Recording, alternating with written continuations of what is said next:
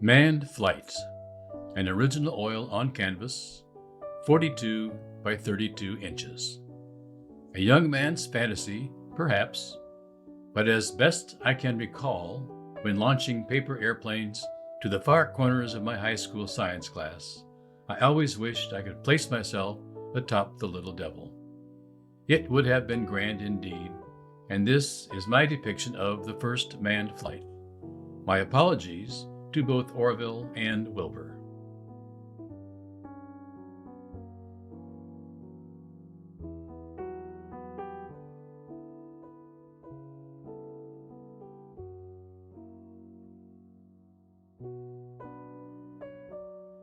Return from Mars. Oil on canvas, 30 by 25 inches, also in the collection of the Yankee Air Museum.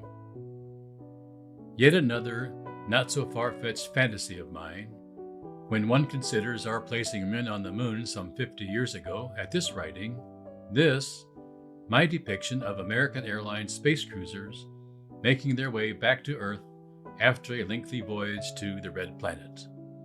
It won't happen in my lifetime, but maybe my new generation of grandsons and great-grandsons, Maverick, Maddox, Jordan, and Edison, will one day find my painting relevant to their era. Go American Space Cruisers.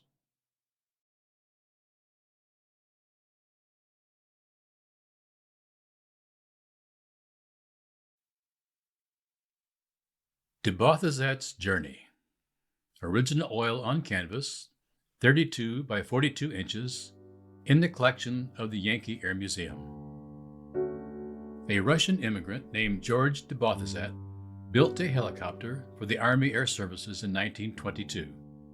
His creation made more than 100 test flights. Its altimeter, a rope with a knot tied every 10 feet, once reached a height of 30 feet. My painting, an aircraft with its 4 whirling blades, resembles today's modern popular drone designs. According to my invented lore, de Bothazet and his aircraft disappeared late one night. They were never heard from again. The craft and its pilot are still, at the pace of a tortoise, making slow progress toward the distant planet White.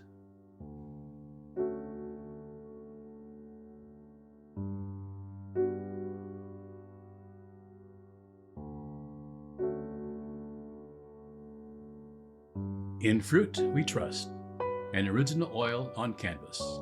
Painting of a JN4 Jenny, measures 30 by 24 inches. It is also in the collection of the Yankee Air Museum. The Curtiss JN4 is probably North America's most famous World War I aircraft. It was widely used during the war to train beginning pilots. Thousands were sold on the civilian market, including one to Charles Lindbergh in May of 1923, in which he then soloed. Exactly 4 years later, he flew his Ryan monoplane, the Spirit of St. Louis, across the North Atlantic to Paris. As a youngster, I built many models of the Jenny and hung them from my bedroom ceiling. As you can see, I was also patriotic and loved fruit.